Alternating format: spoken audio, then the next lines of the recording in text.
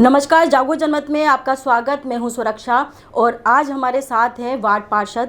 जी हाँ, वार्ड पार्षद जिन्हें अपने अपने वार्ड से जनता ने इनको चुना है और इस उम्मीद से कि ये इनकी समस्याओं पे खरा उतरेंगे। समस्याएं नाली, पटान, बिजली, पानी सभी की हो सकती है, लेकिन सबसे बड़ी अभी जो समस्या है वो कोरोना महामारी की है। दूसरी लहर में महामारी ने जिस तरह से लोगों का जीना हराम किया है, लोग बेमौत मरे जा रहे हैं। और दूसरी सबसे बड़ी महामारी की बात करें तो ब्लैक फंगस अब लोगों को चिंता सता रही है। बात करेंगे पार्षदों से, क्योंकि उन्हीं की भी जिम्मेदारी ये तय होती है कि अपने अपने वार्ड में जो लोगों की समस्या है वो इन समस्याओं पर भी वो खरा उतरे, चाहे जागरूकता की बात हो, चाहे उनकी मदद करने की बात हो। चारों पार्षद हैं, आपको पहले मैं मिलवाना चाहती हूँ। सबसे पहले सुनील गौतम, वार्ड नंबर 68 से निर्दलीय हैं। अब भाजपा के साथ तो इनका गठजोड़ है ही। दूसरे हम बात करेंगे अख्तर अब्बासी, वार्ड नंबर 3, कांग्रेस निर्दलीय। बीजेपी से बलविंदर सिंह, वार्ड नंबर 49, आप उत्तर से हैं। जितेंद्र सिंह, वार्ड नंबर 5, कोटा दक्षिण से आप हैं। चारों का आपका बहुत बहुत स्वागत हमारे जागो जनमत स्टूडियो में। सबसे पहले सवाल चारों से ही बारी बारी आप जवाब दे सकते हैं, क्योंकि अभी जो कोरोना महामारी है लगातार आंकड़े बढ़ते जा रहे हैं। अचानक हम देख रहे हैं 1-2 दिन से संख्या में कमी आई है। क्या लगता है कि वाकई बीमारी से हम नियंत्रण हो चुके हैं या फिर जांचें कम हो रही है? नहीं, अभी जो माहौल चल रहा है इसमें जनता भी जागरूक हुई है। पहले डराना पड़ रहा था लोगों को, अब पब्लिक इतनी मौतें हो गई है, हर परिवार में किसी न किसी के मिलने वाले की मौत हुई है। तो उस वजह से एक फ़र्क पड़ा है लोगों में कि लॉकडाउन को समझ रहे हैं, साथ ही ये भी समझ रहे हैं कि हम मास्क लगाएं और घर में रहेंगे तो इस बीमारी से बच सकते हैं। इस वजह से अभी थोड़ी कमी आ रही है। तो लगता है कि अभी सैम्पलिंग का तो ये तो सरकार ही जानती है कि कैसा क्या कर रहे हैं ये लोग। तो आंकड़े छुपाना, जहाँ तक मेरे वार्ड में मैंने खुद ने भी मैं सरकारी स्कूल में व्यवस्था की हुई है जांच की, तो वहाँ भी मैं देख रहा हूँ पब्लिक कम आ रही है। ऐसा नहीं है कि वो लोग छुपा रहे हैं। पब्लिक की जहाँ रोज़ 300-400 लोगों की जांच हम लोग करवा रहे थे, अभी 200 के आसपास लोग हो गए, आधे लोग हो गए करीब। आपको क्या लगता है, ये सवाल आपसे? वैसे जहाँ पर अभी थोड़े दिन पहले 1000 से 1500 मरीज आ रहे थे, अभी 2-3 दिन से कम है, लेकिन आशा है कि धीरे धीरे कमी आएगी और इसको जल्दी जल्दी सरकार और प्रशासन मिलकर कंट्रोल कर लेगा, हमारा मानना ये है। नहीं, लेकिन एक सवाल मेरा सुनिए, जब वो सैंपल के 200 भेजे जा रहे हैं तो ऐसी स्थिति में जांच तो सैंपल तो 200 ही लोगों के होंगे। नहीं, पर जहाँ तक मेरे वार्ड में जो व्यवस्था मैं देख रहा हूँ पब्लिक ही कम आ रही है। ऐसा नहीं है, 150 सैंपल वो 8 से 1 बजे के उसमें ले रहे थे और 3 से 5 में 150 ले रहे थे, तो 300 सैंपल हम रोज़ ले रहे थे, पर पब्लिक ही उतनी नहीं आ रही है। जी, हमारे साथ जुड़े हैं राजेश त्रिपाठी, जागो जनमत के आप डायरेक्टर हैं। उनसे हम व्यूज़ लेंगे, क्योंकि दोनों पार्षदों ने अपनी अपनी बात कही है, वो क्या सोचते हैं, क्योंकि लगातार वो इस विषय पर, इस मुद्दे पर लगातार दिखाते जा रहे हैं, प्रकाशित करते जा रहे हैं अखबारों के माध्यम से। राजेश त्रिपाठी जी, आपके पास आऊँगी, क्या कहेंगे आप? नहीं, इसके जवाब तो पार्षद दे रहे हैं इस मामले में, लेकिन मेरा जो सवाल है वो ये है कि बहुत तेज़ी से दूसरी लहर आई सामने। आप जनप्रतिनिधि थे, और क्या आपको लगता है कि जितने भी जनप्रतिनिधि थे, मैं सिर्फ 4 लोगों की बात नहीं कर रहा हूँ, वो अपनी जिम्मेदारी को पूरी तरीके से लोगों को समझाने में विफल रहे कि दूसरी लहर भी आ सकती है, वायरस है, ये दोबारा पलट के अटैक कर सकता है, आप अपने घरों में रहो, नियमों का पालन करो। लेकिन जिस तरह से दिसंबर जनवरी में हम देख रहे थे, लोग जिस तरह की आज़ादी महसूस कर रहे थे, कहीं ना कहीं जनप्रतिनिधियों की जिम्मेदारी थी कि वो आप उसको रोकते। अपन कहाँ उसमें विफल रहे, या आप अपना मूल्यांकन कैसे करते हैं? सबसे पहले आप पूछिए। नमस्कार, मेरा निवेदन है, कोरोना बहुत गंभीर बीमारी रही। जब हम पार्षद नहीं थे, जनता के सहयोग से हमने बहुत कुछ अपने वार्डों में मदद करी। राज्य सरकार न्यायपालिका को कहती रही कि कोरोना अभी ख़त्म नहीं हुआ है, हमें समय दिया जाए, मगर न्यायपालिका किस आधार पर उन्होंने एक गाइडलाइन निश्चित कर दी कि इतने तारीख तक चुनाव कराया जाए। मजबूरी में राज्य सरकार ने चुनाव कराए, भीड़ तंत्र ज़्यादा रहा, आपस में लोग बाग जो डर पहले कायम हुआ था सोशल डिस्टेंसिंग का, वो वार्ड पार्षद और सरपंचों के चुनाव में पूरी तरह से ख़त्म हो गया। उसके बाद जिला प्रशासन, जिसमें जिला कलेक्टर महोदय, चिकित्सा मुख्यालय के मुखिया डॉक्टर तंवर दोनों की लापरवाही की वजह से ये कोरोना अधिक फैला। अगर वो नगर पालिका चुनाव के बाद, नगर परिषद के चुनाव के बाद वापस सख्ती करता प्रशासन, चिकित्सा विभाग समय पे जागता, तो कुछ ना कुछ अच्छा हो सकता था। उसके बाद डॉक्टर तंवर साहब ने कोई व्यवस्था नहीं करी। आप जिस तरह से फरमा रहे थे कि 200 लोगों की जांच एक डिस्पेंसरी पे भेजी जा रही थी करने के लिए, और वहाँ 700 लोग इकट्ठे हुआ कर रहे थे, तो उसमें कई कोरोना पॉजिटिव लोग थे। तो जब वो जांचें डिस्पेंसरी में 200 लोगों के नाम की जगह उनको 4 जगह डिवाइड किया जा सकता था और लोगों को बचाया जा सकता था। 700 लोग जो आ रहे थे जांच कराने में, स्वाभाविक है 40-50 लोग पॉजिटिव थे, तो वो लोग आम आदमी से मिल रहे थे, सोशल डिस्टेंसिंग नहीं हो पा रही थी, लोग, हर आदमी बीमार था, कोई क्या था, तो जल्दी में आगे जाने के चक्कर में वो एक दूसरे के चिपक के खड़े हुआ करते थे। तो डिस्पेंसरियों से लोग कोरोना अपने घरों पे लेके गए। चिकित्सा विभाग में इतने कोरोना किट थे, कोरोना की जो दवाई का 5 दिन का, इन्होंने हम पार्षदों का कोई यूज नहीं किया। मतलब ये जो पार्षदों का, मेरा मानना है कि कोटा की नहीं, ये राजस्थान की पीड़ा है कि जिला प्रशासन ने हमारा कोई उपयोग लेने की कोशिश नहीं करी। नगर निगम प्रशासन, मुझे दुख है कि मैं जिस नगर निगम का पार्षद हूँ और कांग्रेस का पार्षद हूँ, सत्ताधारी पार्टी का, मुझे दुख इस बात का है कि हमारा बोर्ड और हमारे आयुक्त इतने नाकाम रहे कि जिसकी मैं आप उदाहरण दूं तो आप भी खुद आश्चर्य करोगे कि पिछले 1.25 महीने से मैं ये कह रहा हूं कि हमारे वाल्मीकि समाज के जो कर्मचारी वार्ड में जो कोई पॉजिटिव आ जाता है तो उसके घर पर वो सैनिटाइज कराने के लिए हमें फ़ोन करते हैं, तो वो गरीब अंदर नहीं घुस पाता, डरता है, तो उसके लिए हमने एक पीपी किट और 4 ग्लोव्स की मांग करी, तो वो आज तक भी वार्डों में उपलब्ध नहीं हुए। तो ये जो प्रशासन की नाकामी है उसकी वजह से ही कोरोना फैला। तो क्या दोनों ही पार्टियों के पार्षदों से काम नहीं लिया गया या किसी से भी, कोई से नहीं पूछ रहे, प्रशासन अपनी मनमर्जी कर रहा है।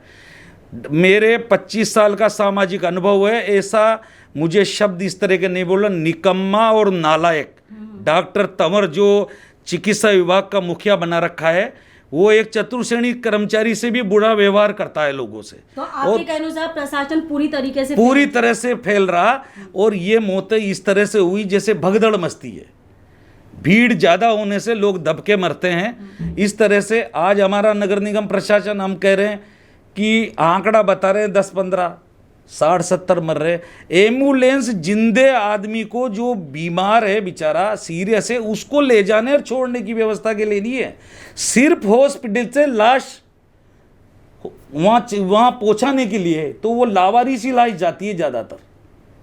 कोई भी आदमी पॉजिटिव है, मर गया, तो कम से कम घर तक लाया जाता है, चाहे वो थैली में ही है, मगर ज़्यादातर जिसको डायरेक्ट ले जाया जा रहा है वो वही ले जाया जा रहा है जो लावारिस की तरह स्थिति में। तो कई सवाल यहाँ पर जितेंद्र सिंह ने उठाए हैं, आपके पास चलती हूँ क्योंकि कांग्रेस भी सरकार है, और क्या लगता है कि प्रशासन पूरी तरीके से इन्होंने फेल हो गया है, इस तरह के आरोप लगाए, क्योंकि सरकार तो आपकी है, क्या वजह रही, क्या सरकार की चल नहीं रही पूरे मामले में?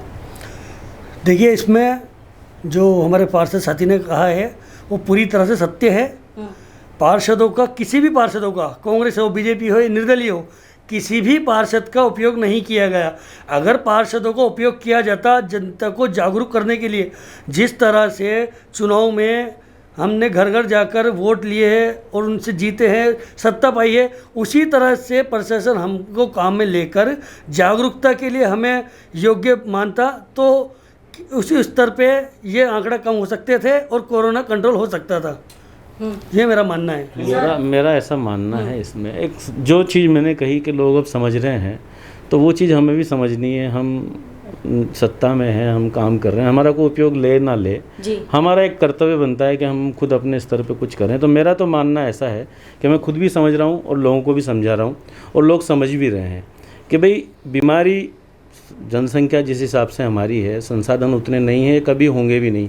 भारत की जनसंख्या इतनी ज़्यादा है कि किसी के लिए संभव नहीं है कि वो एक दिन में या 1 साल में, 10 साल में भी सब व्यवस्थाएं कर पाए। अगर हम टीका लगाने की जो बात कर रहे हैं, ये वैक्सीन अगर आज लगाना चालू करते हैं तो रोज़ की संख्या को हम काउंट करें तो भी 10-20 साल लग जाएंगे सबके लगने में। तो लोगों को जागरूक होना पड़ेगा। हर आदमी को खुद को इनिशियल स्टेप उठानी पड़ेगी, कोई उसका उपयोग ले चाहे नहीं ले। मेरा ऐसा मानना है कि हमें खुद जागरूक खुद भी होना है और औरों को भी करना है। तो कांग्रेस के विधायक तो सरकार के खिलाफ जो है नाराजगी व्यक्त कर रहे हैं, लेकिन भारतीय जनता पार्टी से जुड़े हुए लोग जो हैं उस सरकार का मेरा व्यक्तिगत इस समय पर हम संसाधनों की कमी की बात कर रहे हैं, जब हम भारत को एक युग बनाना चाहते हैं। ये बहुत अजीब सा सवाल है। मेरा मानना तो मैं तो, क्योंकि हमारे जो प्रधानमंत्री जी नरेंद्र मोदी जी, मैं उनकी सोच से वाकिफ़ रखता हूँ। उनका भी सोचना यही है और मेरा भी सोचना यही है कि हम खुद जब चाहेंगे तभी चीज़ें बदलेंगी। जब तक हम खुद नहीं चाहेंगे तो चीज़ें नहीं, किसी और के भरोसे आप बैठे हैं तो बैठे नहीं ज़िंदगी भर। नहीं, लेकिन ये सरकारों का फेलियर नहीं है, दूसरी लहर सरकारों का फेलियर तो है, वो मैं मानता हूँ कि लोगों को बहुत सारी चीज़ें ऐसी थीं जो चेतना चाहिए था, जिसमें जैसे चुनाव भी हैं। बीच में जब एक बार कोरोना ख़त्म हुआ तो उसके बाद ढील दे दी गई। किसी ने कोई दुकान पे जो आज सीज कर रहे हैं, जो हम अभी कह रहे हैं मास्क पहनो, सोशल डिस्टेंसिंग रखो, दुकानों को सीज कर रहे हैं, सब काम ये रेगुलर बेसिस पे होने चाहिए थे। कोरोना ख़त्म होने के बाद, लॉकडाउन ख़त्म होने के बाद भी रेगुलर बेसिस पे अगर चालान बनते रहते, सीज होती रहती दुकानें, लोगों को समझाते रहते, लॉकडाउन नहीं लेकिन कुछ वन वे ट्रैफिक या कुछ चीज़ें पुलिस भी अपनी पूरी मुस्तैदी से काम करती है, तो इतना नहीं बढ़ता, ये मैं मानता हूँ। लेकिन मुख्यमंत्री अशोक गहलोत लगातार सवाल उठाते रहे पीएम पर कि केंद्र सरकार पर कि उन्हीं को ही ये सारी संसाधन जितने भी है सभी उपलब्ध करवाने। कोई एक व्यक्ति या कोई एक उस चीज़ को हम के केंद्र ही सब कुछ करेगी, उसको सोच के हम नहीं कर सकते। मैं तो अपने आप में एक छोटा सा 4000 लोगों पे एक पार्षद हूँ, तो मैं अपना नैतिक कर्तव्य मानता हूँ कि मैं मेरे वार्ड के लोगों का मैं ध्यान रखूँ।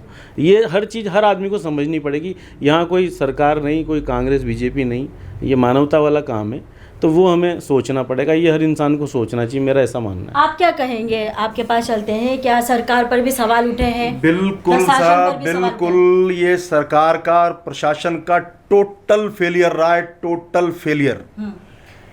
1 साल का समय बीत गया फर्स्ट लहर को। 1 साल में हम कहाँ थे, किस ओर जा रहे थे हम? हमें पता था कि सेकंड वेव आने वाली है, उसके बावजूद हमने कुछ नहीं किया। हम शहर में कॉस्मेटिक सौंदर्यकरण घूम रहे हैं, निगम के पास कुछ नहीं, निगम का अधिकारी कोई सुनने को तैयार नहीं, लेना नहीं देना नहीं। तो हमारा टोटल फेलियर रहा है। आज जरूरत थी कोटा को ऑक्सीजन के लिए सबल बनाने की, मेडिकल लाइन में कोई अच्छा बड़ा काम करने की, एक बड़ा हॉस्पिटल बनाने की, लेकिन उस चीज़ की तरफ किसी का कोई ध्यान नहीं गया। फर्स्ट वेव आके चली गई। हमारे अधिकारी, हमारे प्रशासन के लोग, हमारे राजनेता, हमारे मंत्री, हमारे एमएलए सब आराम से चैन की नींद सो गए। तो कहीं ना कहीं प्रशासन का और सरकार का बहुत बड़ा फेलियर रहा है। आज स्थिति यह है जी, लॉकडाउन लगा दीजिए, संपूर्ण लॉकडाउन कर दीजिए। एक गरीब के घर में जाके देखिए, एक टाइम की खाने की रोटी नहीं है। लोग फोन करते हैं स्थानीय पार्षद को, जनप्रतिनिधि को कि साहब हमारी ये स्थिति है, हम क्या करें? आपने लॉकडाउन लगा दिया, सरकार भाषण दे रही है, प्रशासन भाषण दे रहा है, घर में रहिए, सुरक्षित रहिए। जिसके घर में नोटों का बंडल पड़ा हो और खाने के लिए अनाज भर के रखा हो, वो घर में रह लेगा। जो सुबह का शाम को कमा के ला, दिन भर कमा के ला के शाम को अपने बच्चों के मुंह में निवाला देता है, उसको कैसे घर में रखेंगे आप? मरने के लिए मजबूर कर दिया जनता को। और अधिकारियों ने और चिकित्सकों ने, प्राइवेट ने हाथ ऊंचे कर दिए, क्योंकि वो पैसे कमाने का एक जरिया है। और चिकित्सा जो सरकारी डिस्पेंसरी है और हॉस्पिटल है, वो सेवा का जरिया है। तो जहाँ सेवा का जरिया है वहाँ स्टाफ की कमी है। तो क्या पूर्व पार्षद की जो भी मौत हुई थी, क्या यही वजह रही कि कमी थी, या फिर उनके परिजनों ने लाने में देरी कर दी? नहीं, किसी का भी परिजन लाने में तो देर नहीं करता है, मगर मैंने पूरी जानकारी नहीं है कि वो कैसे उनकी मृत्यु हुई, मगर दुखद है। और मैं आपके चैनल के माध्यम से यही निवेदन करता हूँ कि जब ये शहरों में ये हाल रहा, तो हमारी सरकार या कोई भी सरकार रहे, हमारे नेता, विधायक और सांसद लापता रहे इस पूरे प्रकरण में।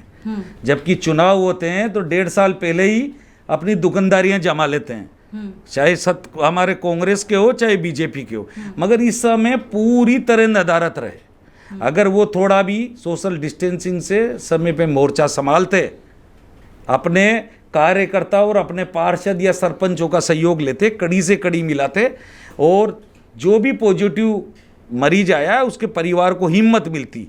ये ज़्यादा मौतें, मेरा मानना है कि घबराहट की वजह से ज़्यादा मौतें हुई। क्योंकि एक परिवार, मैं आपको एक उदाहरण देना चाहता हूँ कि मैं आदिवासी बिलों से बहुत जुड़ा हुआ हूँ। तो वहाँ क्या होता है कि गरीब आदमी रहते हैं, 1200-1500 रुपये का इलाज करा लिया आरएमपी डॉक्टर से, फिर वो डॉक्टर कहता है आप ले जाओ भाई वहीं कतई, था अगर, तो उसको बीच में लेटा दिया जाता है, 10-20 लोग इकट्ठे होके बैठ जाते हैं। जैसे मैं कई लोगों को लाके, कई का मेरा सौभाग्य है कि मैं बचा पाया उन लोगों को, तो उनसे बात करते थे कि क्या हुआ, नया गांव वो रतकांकरा की घटना सुना रहा हूँ मैं, तो वो बताते थे बना साहब ऐसा हुआ और अब तो ये भगवान के यहाँ से इसकी कड़ी टूट गई। तो वो पड़ा पड़ा ये मानता था, क्योंकि कई दिनों से खाना नहीं खा पाता था, तो ये मानता था कि अब मेरे को मरना ही है। इस तरह की इस कोरोना में मौतें हुई है। आदमी घर में पड़ा हुआ है, घबराहट में उसके परिवार के लोग मोबाइल करके फ़ोन कर रहे हैं नेताजी को, किसी अपने परिचित को ऑक्सीजन सिलेंडर चाहिए, फलाना चाहिए, तो वो ये आ रही है उधर से आवाज़, उस मरीज को पता लग रहा है कि कहीं कोई व्यवस्था नहीं है और बहुत मौतें हो रही है, तो वो मानसिक रूप से, मेरा मानना है ये स्वाभाविक मौतें कम है, ज़्यादातर ये अकाल मृत्यु टाइप है। आप क्या कहेंगे, क्या वाकई अस्पताल जिम्मेदार है, क्योंकि वहां पर ऐसी व्यवस्था नहीं है जिसको लेकर बिल्कुल अस्पताल जिम्मेदार है, मेडिकल प्रशासन जिम्मेदार है, राजस्थान पूरे ऑल इंडिया का प्रशासन और ऑल ओवर सरकारें इसके लिए जिम्मेदार हैं। ठीक है, किसी के तरफ से कोई सुविधा नहीं है, कुछ नहीं, कोई लेना नहीं देना नहीं, किसी को किसी से कोई मतलब नहीं है। आज चुनाव कहीं हो जाता है तो वहाँ सोशल डिस्टेंसिंग क्यों नहीं मेंटेन की जाती? तो इसलिए जनता को मारने का सीधा सा प्लान है। मैं सीधा सीधा आरोप लगा रहा हूं कि सीधा सा सरकारों का प्लान है जनता को मारने का। आज 2.5 साल हो गए सरकार को सत्ता में आए हुए, 2.5 साल में एक राशन कार्ड चालू नहीं हुआ। 2011 के सर्वे के जो राशन कार्ड बंद पड़े हैं, लोग मारे मारे फिर रहे। आज दिल्ली सरकार, दिल्ली के पास कोई इंडस्ट्री नहीं, दिल्ली के पास कोई माइनिंग एरिया नहीं, दिल्ली के पास कुछ नहीं, लेकिन दिल्ली के मुख्यमंत्री ने आज हर राशन कार्ड हो या ना हो, वोटर आईडी है नहीं है, कोई मायने नहीं रखता, हर पर मेंबर को 10 किलो राशन, और जिसकी कोरोना से डेथ हुई है गरीब परिवार की उसको 50,000 रुपए मुआवजा, और जिसके बच्चे यतीम हो गए, माँ बाप दोनों की डेथ हो गई, उन बच्चों को 2500 रुपए मासिक भत्ता और निःशुल्क शिक्षा देने का प्रावधान किया है। तो ये यहां क्यों नहीं है? फिर वो वाजिब बात है। तो सरकारों को संवेदनशीलता दिखानी चाहिए, प्रशासन को भी संवेदनशीलता दिखानी चाहिए। लोग आज सोशल डिस्टेंसिंग, मैंने पहले भी कहा, मैं दोबारा मेरी बात को दोहरा रहा हूं, लोग कह रहे हैं आप घरों में रहिए, अरे घर में भूखा कैसे रहेगा, कैसे मरेगा भूखा भाई? आप उसकी खाने का इंतजाम कर दीजिए, आप उसका राशन कार्ड चालू कर दीजिए। आप पिछले लॉकडाउन में एक फौरी तौर पे व्यवस्था की थी कि राशन कार्ड चालू है या नहीं है, खाद्य सुरक्षा अधिनियम के तहत है या नहीं है, बट उन जिनका बना हुआ है उनको राशन दिया जाएगा। तो लोग अपना राशन लेके अपने घर चले गए, महीना 15 दिन बैठ के उन्होंने आराम से अपना बिता लिया।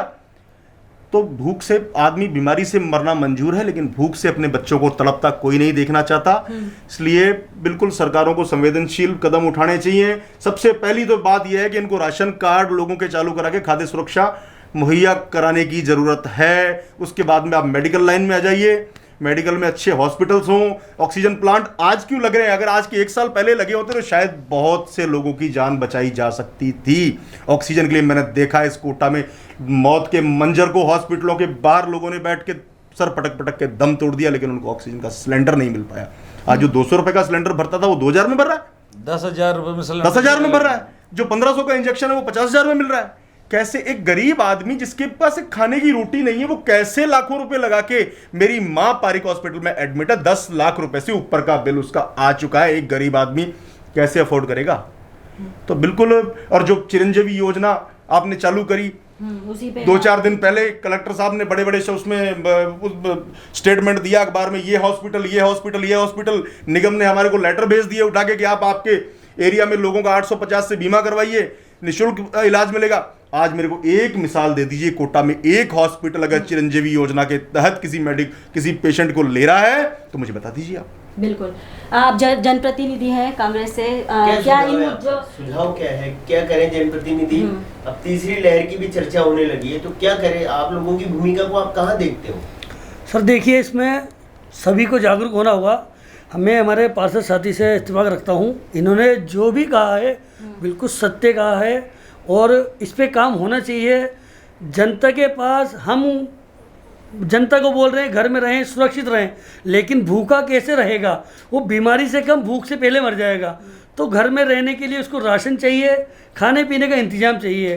कोई भी अपने बच्चों को, माँ बाप को भूखा नहीं देखना चाहता, तो वो आएगा रोड पे कमाने के लिए, आएगा राशन के लिए आएगा।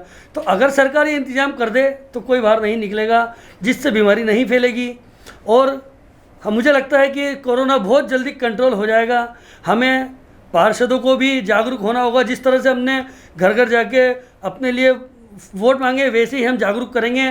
वैक्सीनेशन के लिए सबको बोलेंगे वैक्सीन ज़रूर कराएं, जांचें कराएं। जैसे भी हमसे संभव प्रयास होगा हम हमारी भूमिका निभाएंगे। इससे पहले किया आपने? जी, हमने ज़रूर किया है, लेकिन एक अफवाह जो वैक्सीनेशन को लेके थी कि राशन बंद हो जाएगा अगर हमने नहीं लगाया, तो बीपीएल बंद हो जाएगा, तो वो अफवाह ही थी, तो लोग डरे हुए थे। अब लेकिन जागरूक हुए हैं। जो हमारे प्रधानमंत्री जी की भी डिबेट में आया था, उन्होंने कहा भाई ज़रूरी है लगाना, इससे बचाया जा सकता है। तो मैं मानता हूँ ये सब लोग जागरूक होंगे और सब वैक्सीनेशन कराएंगे और जो भी कोरोना से बचाव के उपाय हैं वो सब काम में लेंगे। आपके क्या सुझाव हैं?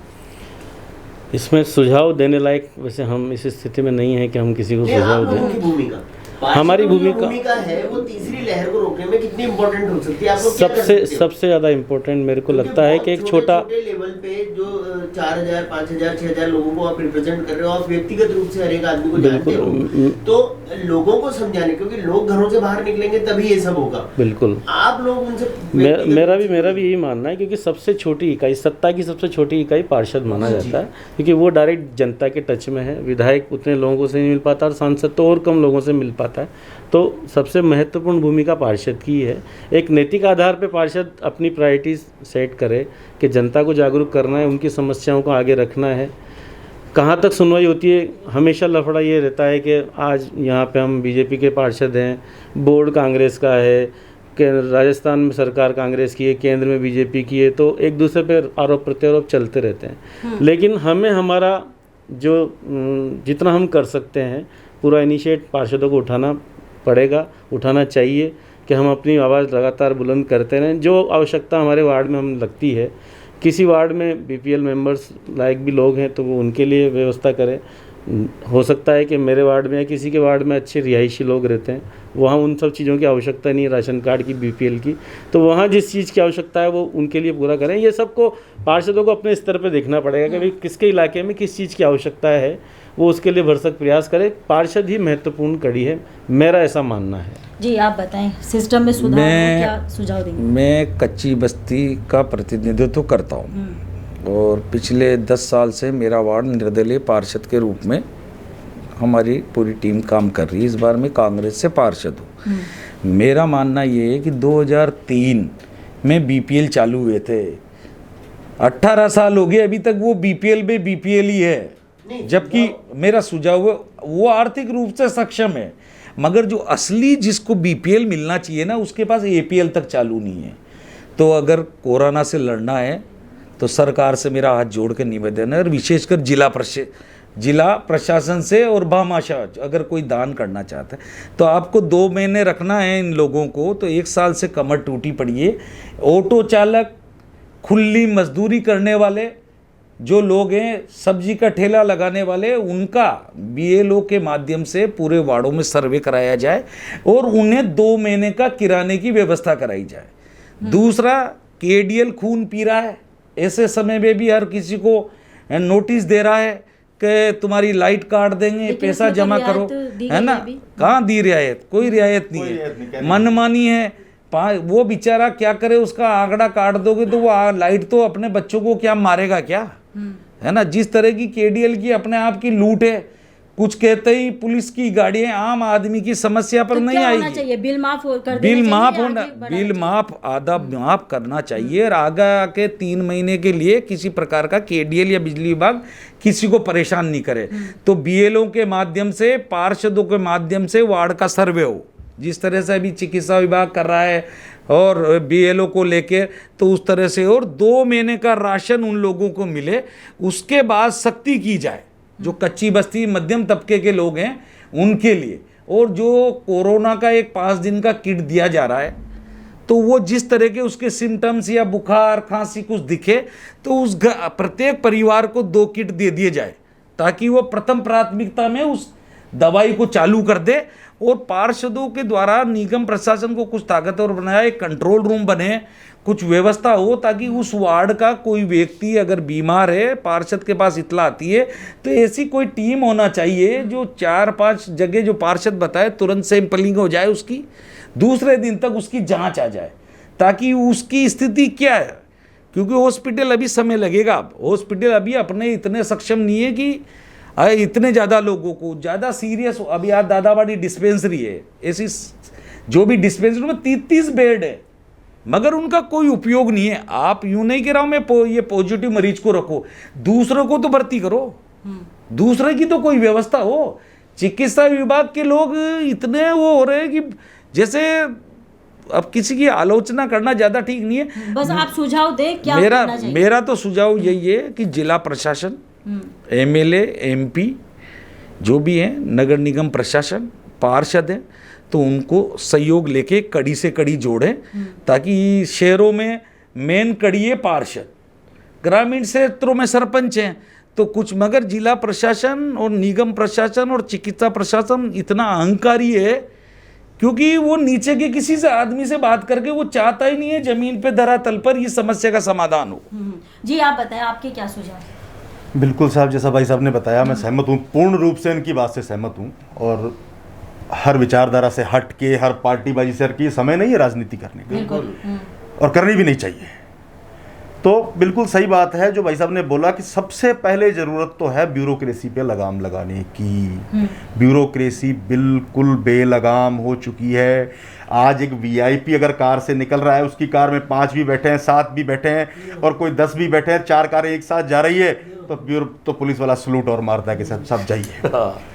और अगर कोई गरीब आदमी उसके ठेले पे अगर कोई 4 किलो सब्जी लेके बेचने निकल गया तो उसके साथ ऐसा बिहेव होता है, उसका ठेला पलट दिया जाता है जैसे कोई पाकिस्तान से टेररिस्ट रखे घुस गया हो। ऑटो वालों को बेचारे, ऑटो वालों को पीट के बुरे हाल कर रखे हैं। तो सबसे बड़ी बात, कैसे लगे लगाम बिल्कुल सरकार को संवेदनशीलता दिखानी चाहिए। सरकार मालिक है बिल्कुल, और सरकार को अपने प्रतिनिधियों को जिम्मेदारी देनी चाहिए भाई। हर आदमी को, आपके MP को, MLA को, आपके सरपंच को, आपके पार्षद को आपको जिम्मेदारी देनी चाहिए कि आप इनको मोटिवेट करें। कोई दिक्कत है तो आपके MP MLA से बात करें, MP MLA मुख्यमंत्री से बात करें। सिस्टम को सुधारने की जरूरत है। पूरा भ्रष्ट तंत्र चल रहा है, पूरा सिस्टम पूरा ढर्रा बिगड़ा हुआ है। जरूरत है हर व्यक्ति को अपनी जिम्मेदारी निभाने की। ठीक है, गरीब से अपन किसी तरह की अपेक्षा नहीं कर सकते। जैसा कि भाई साहब ने अभी बोला, सरकार 2 महीने के राशन की व्यवस्था कर दे, अगर उसके बाद कोई आता मेरी गारंटी कोई ₹1 निकलेगा नहीं। तो बिल्कुल जरूरत है मेडिकल लाइन में सबल बनाने की, देश को, राज्य को, जिले को। जो आज स्थिति है बहुत भयानक है, भगवान ना करे ऐसी स्थिति कभी दोबारा आए, पर लेकिन सबको अपनी जिम्मेदारी से काम करना पड़ेगा। सरकार को भी ये सारे जो भी आपकी डेवलपमेंट चल रही है सबको जो भी आप हटा दीजिए, बंद कर दीजिए, मेरी विनम्र प्रार्थना है, बंद कर दीजिए। आप लोगों की जान बचाने पे ध्यान दीजिए। अगर लोग बचेंगे तो आपकी डेवलपमेंट भी हो जाएगी और सारे विकास भी हो जाएंगे। अगर लोग इस शहर से खत्म हो जाते हैं तो किसके लिए डेवलपमेंट कर रहे हो भाई। एक और मेरा सर, आप कुछ एक सुझाव मेरे जी, मैं चाहता हूँ मैं माननीय मंत्री महोदय जी को भी पत्र लिखूंगा। जो भी 40 साल से कम उम्र की विधवा महिलाएं हैं उनको उनके बच्चों को खड़ा करने के लिए, उनके परिवार को बचाने के लिए एक सुझाव है कि एक ही टेबल पे, कहीं भी नगर निगम हो या कलेक्ट्रेट में, मृत्यु प्रमाण पत्र, भामाशाह कार्ड, खाद्य सुरक्षा का और एक पालनहार योजना, ये तीनों का बेनिफिट एक ही जगह मिले। अगर उसके 3 बच्चे हैं तो 3000 उनको मिलेंगे, है ना। खाद्य सुरक्षा के नाम पर उसको गेहूं तुरंत मिल जाएगा। पेंशन का 500 रुपये जो उसको मिलना होगा तो उससे वो थोड़ा सा वो मजबूत होगी। जबकि पेंशन बनाने के लिए उसको धक्के खाने पड़ते हैं, उसके बाद खाद्य सुरक्षा के लिए उसको बहुत धक्के खाने पड़ते हैं, और पालनहार के लिए तो भगवान ही बचाए। ये व्यवस्था तीनों अगर एक ही जगह पे होने लग जाएगी तो उस गरीब परिवार को जिनके पिता का साया उठ गया उसको बहुत ज़्यादा फायदा मिलेगा। बिल्कुल रिएक्शन आए होंगे कि मैंने मास्क क्यों नहीं पहना, तो इसका मुझे भी ध्यान रखना चाहिए, पर मेरे जो वार्ड प्रतिनिधि है, जनप्रतिनिधि है, सभी ने सोशल डिस्टेंसिंग की पालना करी है, मास्क पहना है, इसलिए मुझे इसकी कोई प्रॉब्लम नहीं होगी। तो सभी प्रतिनिधियों से यहाँ जो सवाल थे, कोरोना महामारी सबसे बड़ी जो समस्या थी, बीमारी थी, उससे लोग जूझ रहे हैं, उनके कई सुझाव आए हैं, तो वाकई सभी को अपनी जिम्मेदारी तय करनी होगी। आप बने रहिए जागो जनमत के साथ। नमस्कार।